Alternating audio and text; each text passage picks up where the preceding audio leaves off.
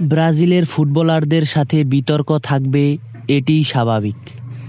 বড় বড় ব্রাজিলিয়ান তারকারা তাদের অনিয়ন্ত্রিত লাইফস্টাইলের কারণে তারা ঝরে গেছে অনেক আগেই। নারী, জুয়া কিংবা অনিয়ন্ত্রিত আচরণের কারণে প্রতিভা বিকশিত হয় না অনেক সময়। আর এবার সেই তালিকায় যোগ দিতে যাচ্ছেন ভিনিসিয়াস জুনিয়রও। ইতিমধ্যে মাঠের উচ্চ আচরণ, রেফারিদের সাথে নিয়মিত তর্ক করে বারবার সমালোচনা হয়েছেন তিনি।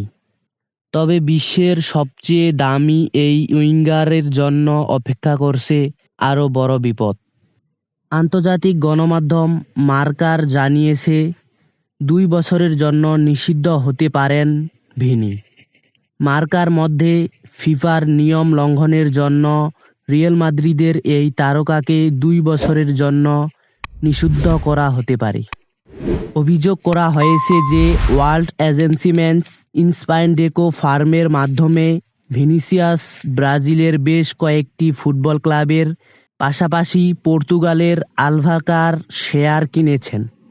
ফিফার নিয়ম অনুসারে এই ধরনের লঙ্ঘনের জন্য সর্বোচ্চ শাস্তি 2 বছরের নিষেধাজ্ঞা। তবে আশা করা হচ্ছে যে খেলোয়াড়কে যথেষ্ট আর্থিক জরিমানা দিতে হবে এবং ফুটবল ক্লাবগুলোতে তার কিছু শেয়ার ত্যাগ করতে হবে।